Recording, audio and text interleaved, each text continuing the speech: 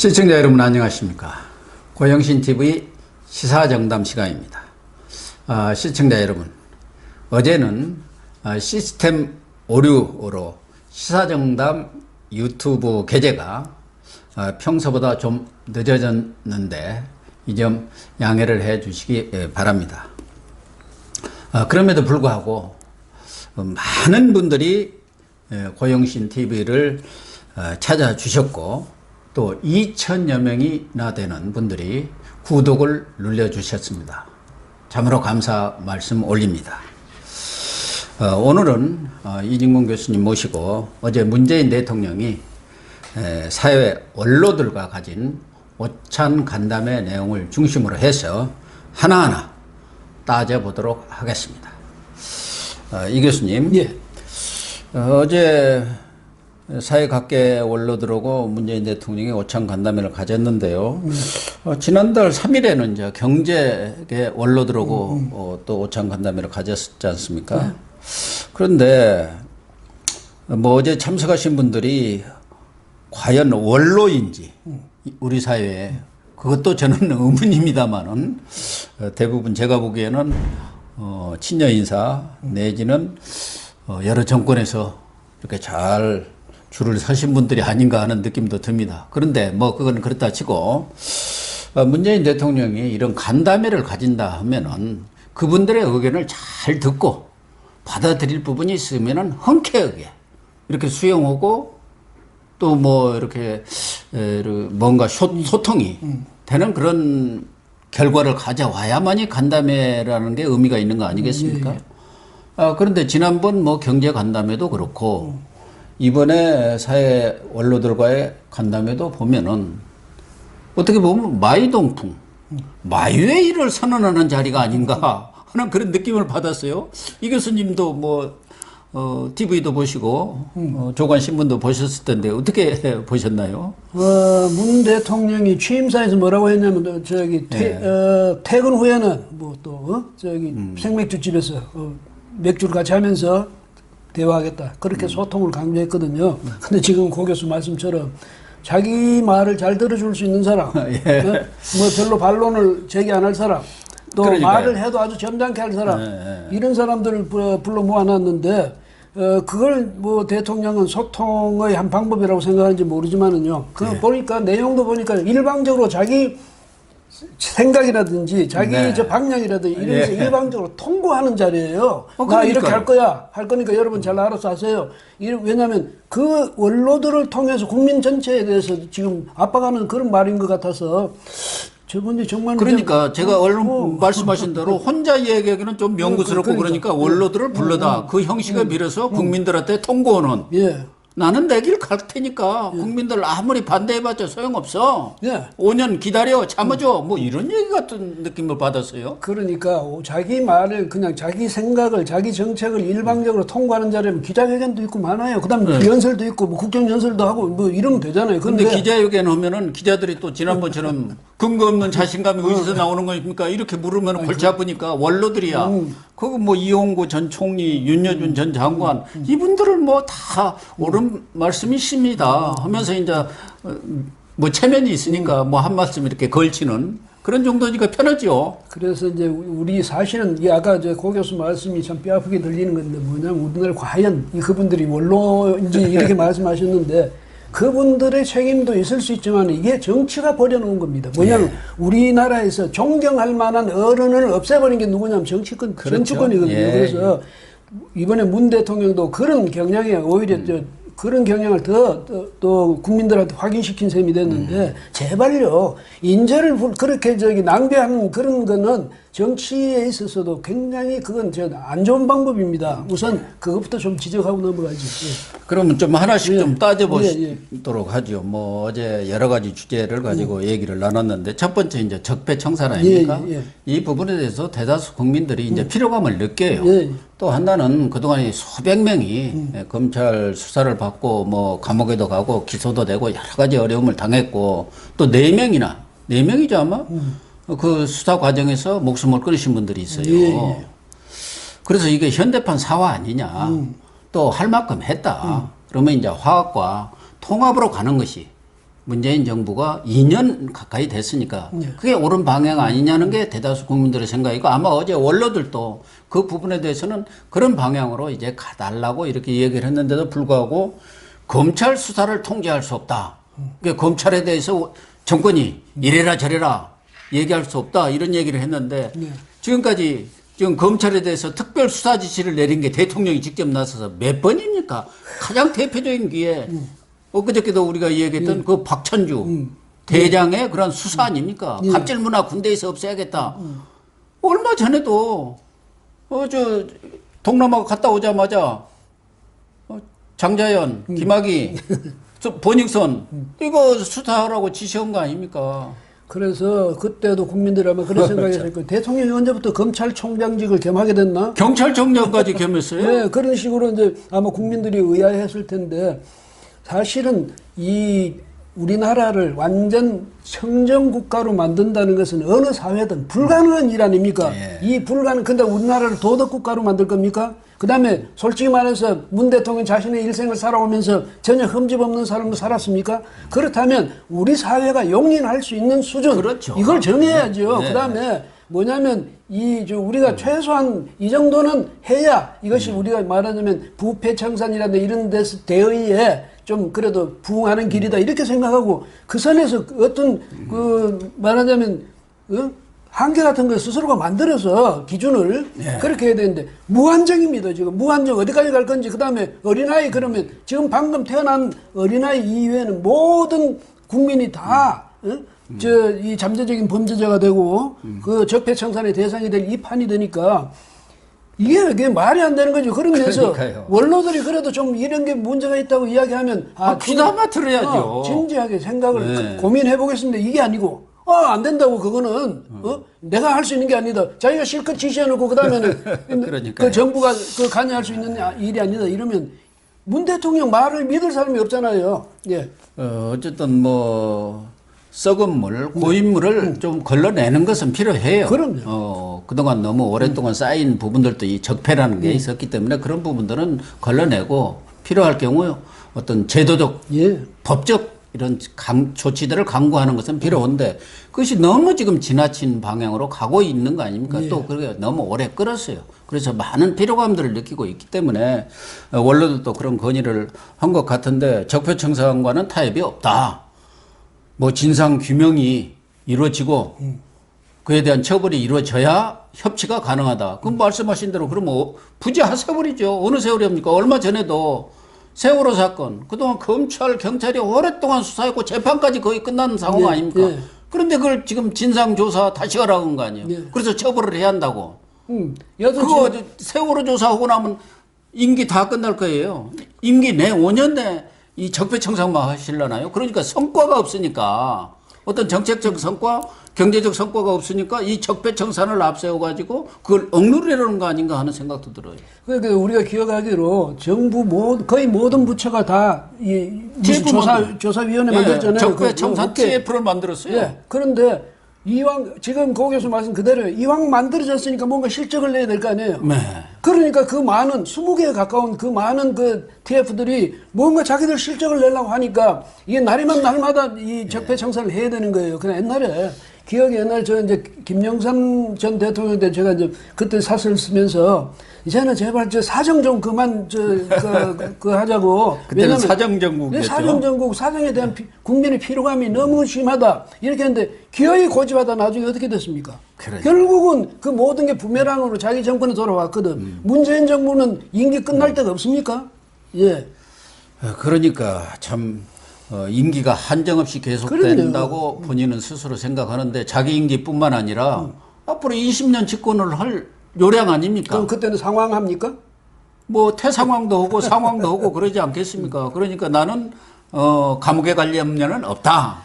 이런 확신이 있는 거 아니에요? 솔직히 말해서 역사적으로 보면 상황이요. 상황이 힘써본 상황은 옛날 태종, 세종 우리 아버지 그 조선 태종 말고는 상황이 힘써본 적이 없어요. 그래서 그렇죠. 이분이 만약에 내가 그때 돼도 상황이 될 거다, 태상황이 될 거다. 천만의 말씀입니다. 저는 어제 이제 가장 좀 이게 과연 옳은 얘기인가 하는 생각이 들은 게 소위 말해서 종북 좌파 프레임. 이것이 종북 좌파 프레임이 더 이상 통하지 않는 그런 세상이 오도록 만들겠다. 예, 예. 이런 얘기를 했거든요. 그것이 종북 좌파 프레임이 사람들을 또 그런 그 진보적 인사들을 또 좌파 인사들에 대해 위협적으로 느끼고 있는 것이 사실인지는 모르겠지만 그렇게 느끼는 것이 없도록 하겠다는 그런 뜻인 것 같아요. 그래서 저는 뭐 우리 사회에 오래된 그런 색깔론 그런 것은 없어져야 한다고 보지만 말하자면 종북 좌파 예. 이것과는 구별되는 것 아니냐. 예. 그러면은 이 종북 좌파를 포용하겠다는 겁니까? 그래서 지난번 무슨 김정은 환영 무슨 단인가 위인 뭐 방문 환영단인가 이렇게 만들었고 그 대표를 공영방송인 KBS가 불러갖고 인터뷰한 건가요? 이건 좀 전혀 다른 얘기인데 이렇게 대통령이 아무리 뭐 남북관계도 좋고 김정은의 뭐 구미에 이렇게 맞는 얘기를 한다 하더라도 좀 구별해서 얘기를 해야 하는 거 아닌가 하는 생각이 들어요. 그 우선 종북이라는 그 종북을 하는 그런 행위를 하는 그러니까 북한의 북한을 추종하는 이런 사람은 안 된다는 거 아닙니까? 대통령 그렇게 생각한다는 거죠. 그러니까 종북이란 말은 안 좋은 말이라는 거 아닙니까? 그러면 종북이란 그러니까 북한의 체제 이것을 추종해서는 안 된다고 하지만 안 된다는 인식을 대통령도 갖고 있으면 적어도 그렇게 추종하는 일은 없애도록 대통령이 앞장서 노력해야 되는데 이거 그런 말은 하나도 없고 뭐냐면 종북이라는 말 쓰지 말라는 거 아닙니까? 그렇죠? 그 종북이란 말씀은 지금까지는 이제 대충 지금까지는 뭐 대개 이 정도까지는 됐는데 앞으로도 그런 거 완전히 없애야 된다는 얘기는 뭐냐면 앞으로 종북이란 말 하기만 해. 이런 식으로 들을 수도 있거든요. 그 대통령이 어떻게 이런 것까지 대통령이 국민 무슨 윤리 교사입니까? 아니면 무슨 도덕 선생님입니까? 이런 식으로 가지고 국민을 가르치려고 이렇게 하면 이건 정말 국민에 대한 신뢰지요. 예. 그러니까 종북 좌파라는 그런 그 위협적인 프레임을 쓰지 말라는 뜻도 있지만 종북 좌파 그게 뭐가 잘못됐냐 이런 뜻도 글쎄요. 그 대통령 말 속에는 담겨 있는 것 같아서 그게 정말 무서운 거예요. 예. 그러면 이거 완전히 어떻게 보면 김정은의 사기쇼에 자칫하다면 국가 전체가 놀아나는 꼴이 될 수도 있다니까요.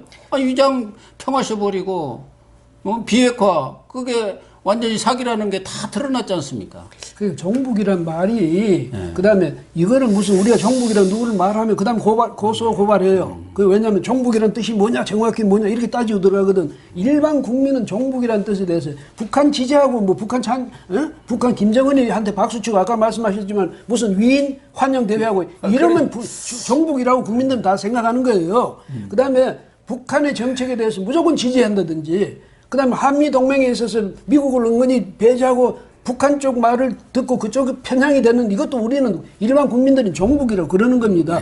그걸 비판하지 말라. 이게 말이 안 되죠. 왜냐하면 이 종북이란 이 단어의 의미를 자기들이 걸어 넣을 때는 그런 식으로 꼬치꼬치 따져가지고 말이죠. 이게 북한 추종하는 건 이거는 그 정확하게 그거 아닌 사람을 왜 그랬느냐 이런 식으로 따지면 안 되는데 이게 그러니까 종북이란 말 일반 국민들이 인식하는 그 선에서 국민들이 그렇게 이야기한다. 그럼 법에 걸리는 게 아니에요. 왜 걸립니까? 그런데 대통령이 이렇게 이야기하면 이제 앞으로 이제 검찰이 또 그거 잡아넣을 것 아닙니까? 그렇죠. 예?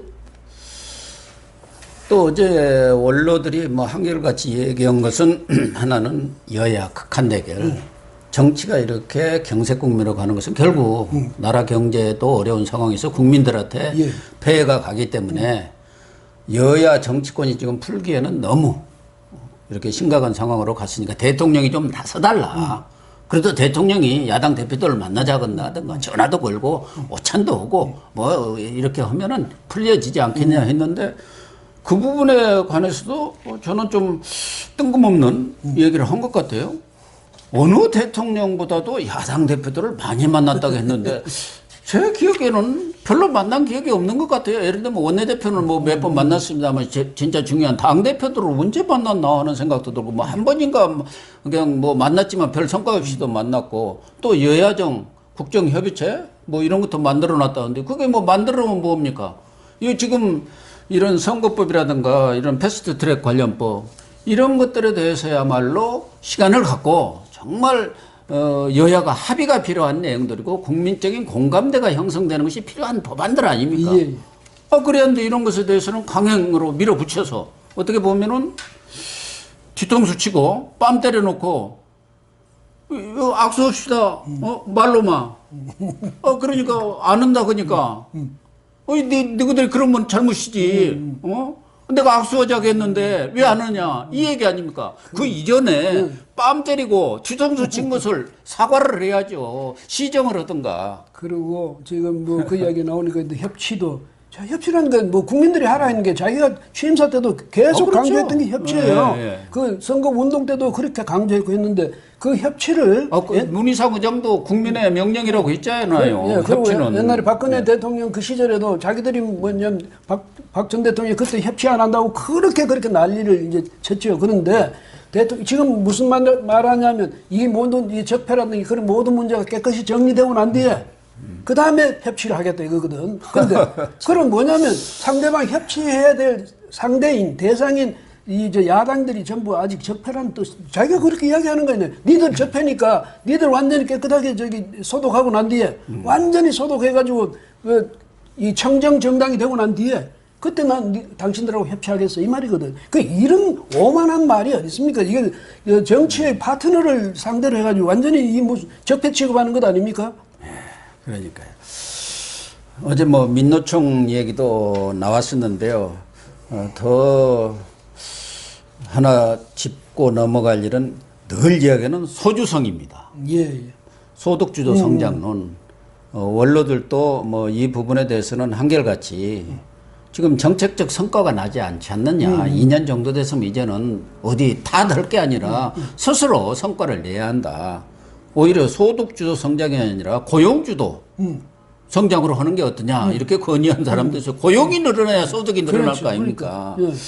그런데 그 부분에 관해서도 사회적 합의가 중요하다.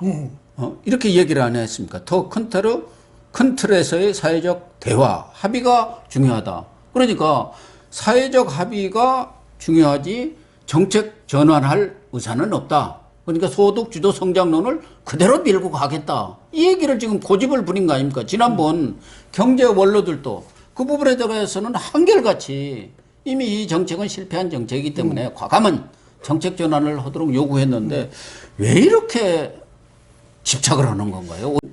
이 사회적 합의라고 그래버리면 그러게 무슨 합의를 하냐? 불가능한 일이 됩니다. 왜냐하면 전부 이해관계가 다 다른 국민들끼리 무슨 합의를 하라는 겁니까? 무슨 얘기냐면 최대 공약수를 찾아내라 이렇게 이야기해야 되는 거고 문 대통령이 지금 이 말을 할 때 이거 바꿔 말하면 민노총이 오케이 하지 않으면 아무것도 안 된다는 얘기고 예?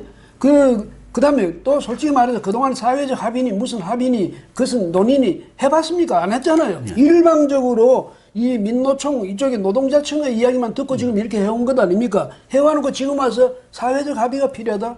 그럼 지금까지 자기들이 그렇게 해왔을 때는 그건 사회적 합의가 된 겁니까? 아니잖아요. 아니죠. 그때도 민노총이 민노총 눈치만 보고 그래서 최저임금 민노총 입김이 다 그냥 정부를 쥐고 흔들지 않습니까? 그런 식으로 해놓고 이제 와서 이제 책임져야 될 일 없다. 나는 왜? 사회적 합의를 이루어야지. 내가 잘못한 게 아니야. 당신들 사회적 합의를 이루어와.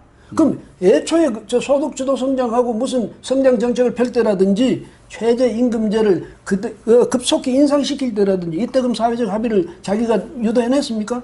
아니잖아요. 뭐든지 지시를 해가지고 저 건설 중인 저 신고리 원전입니까? 그거 지금 569 그거 중단시켜. 또 4대강 신한우물 3, 4, 5기 그건 7천억 들어갔는데 그거 앞으로 건설 없어 이거? 그게 44만 명이 청원을 한 거 아닙니까? 예. 거기다가 그런 게 한두 개가 아니잖아요. 무슨 비정규직 바로 해. 대통령의 그 국정행위는 문서로 사게 돼 있는데 이 양반은 가서 그냥 지시만 해버리는 거야.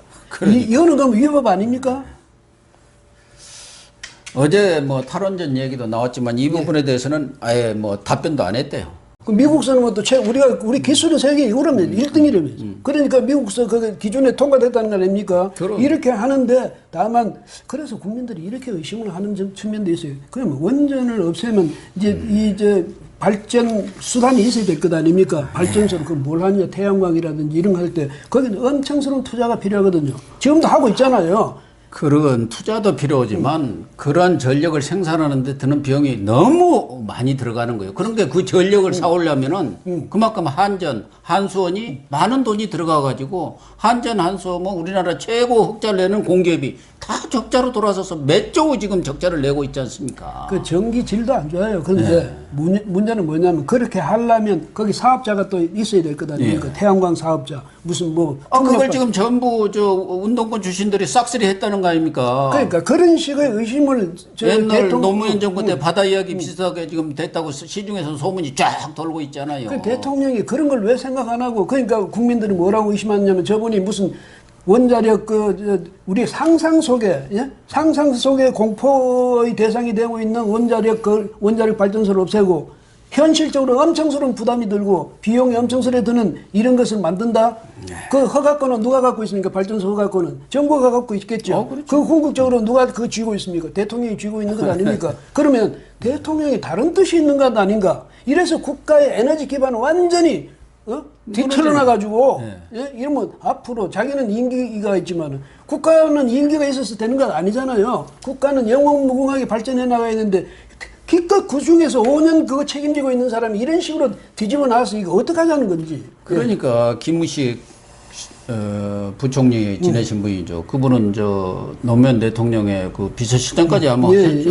그분이 그런 거 아닙니까? 이런 탈원전 이런 부분도 에너지 믹스로 해서 적정하게 말하자면은 원전은 어느 정도 또 뭐 이런 태양광이라든가 재생에너지는 어느 정도 이렇게 에너지 믹스 혼합을 해서 정책을 펴나가서 원전에 그런 최고급 기술을 우리가 지속적으로 발전시켜 나가야 한다고 오직해야 노무현 전 대통령의 비서실장까지도 그때 그 비서실장 때 수석으로 있었습니다. 문재인 대통령이 민정수석인가 있었어요.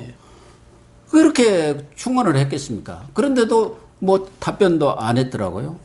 또 하나 이제 저는 좀 걱정이 되는 것은 뭐 일본과 관계는 늘 역사적인 문제가 걸려 있기 때문에 어떤 민족적 감정이 늘 첨예하게 이렇게 대립을 합니다만은 어제 원로들도 한일 관계는 장기적으로 봐서 이렇게 갈등보다는 말하자면은 미래지향적으로 이런 발전, 상생의 쪽으로 가야 한다 이렇게 건의를 한 거 아니겠습니까?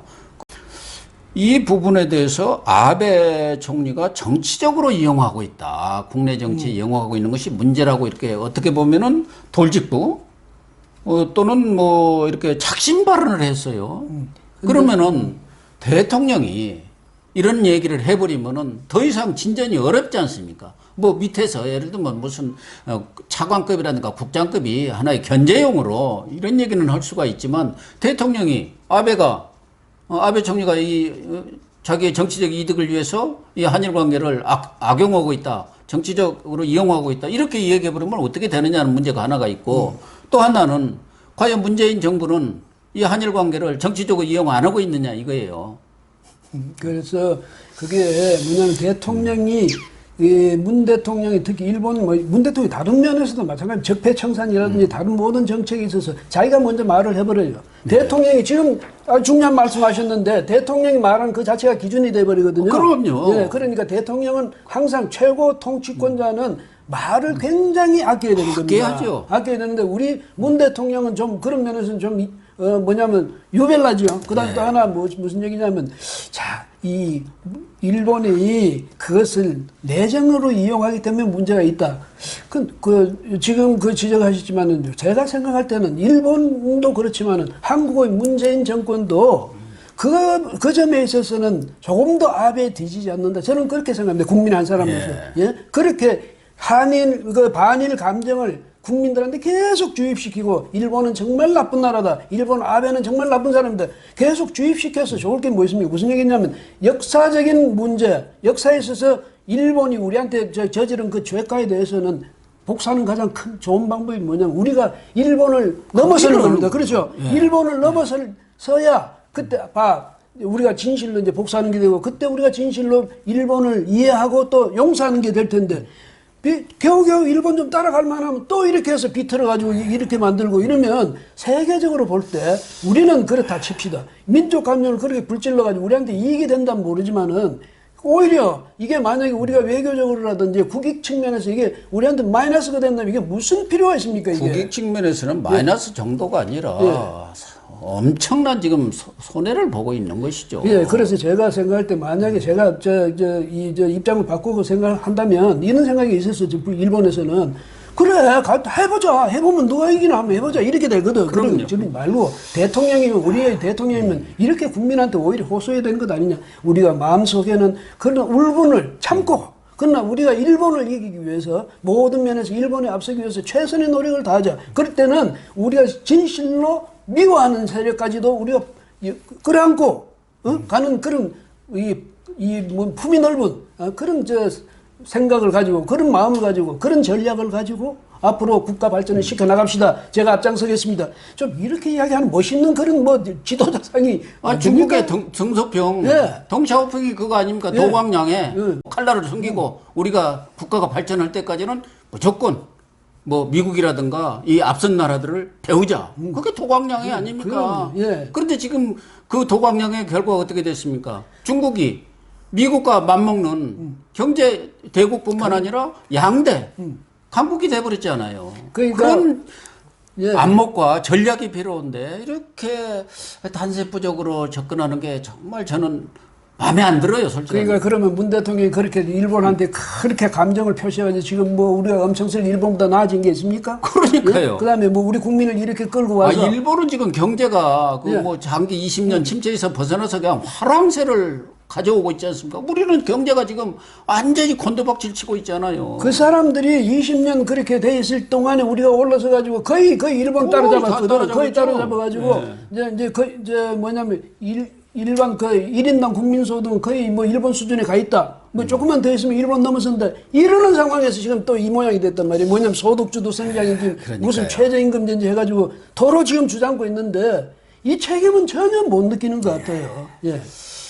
시청자 여러분, 미국의 전 클린턴 대통령이 트럼프 대통령에게 한 말이 있습니다. 오만한 사람은 시간이 생각보다 훨씬 빨리 간다는 사실을 모른다. 그러니까 트럼프 너무 오만하지 마시오. 당신 4년 금방 갑니다. 이런 얘기를 했는데요. 정말 이 말이야말로 문재인 대통령이 새겨드려야 할 말이 아닌가 그렇게 생각을 합니다. 오늘 방송 마치겠습니다. 감사합니다.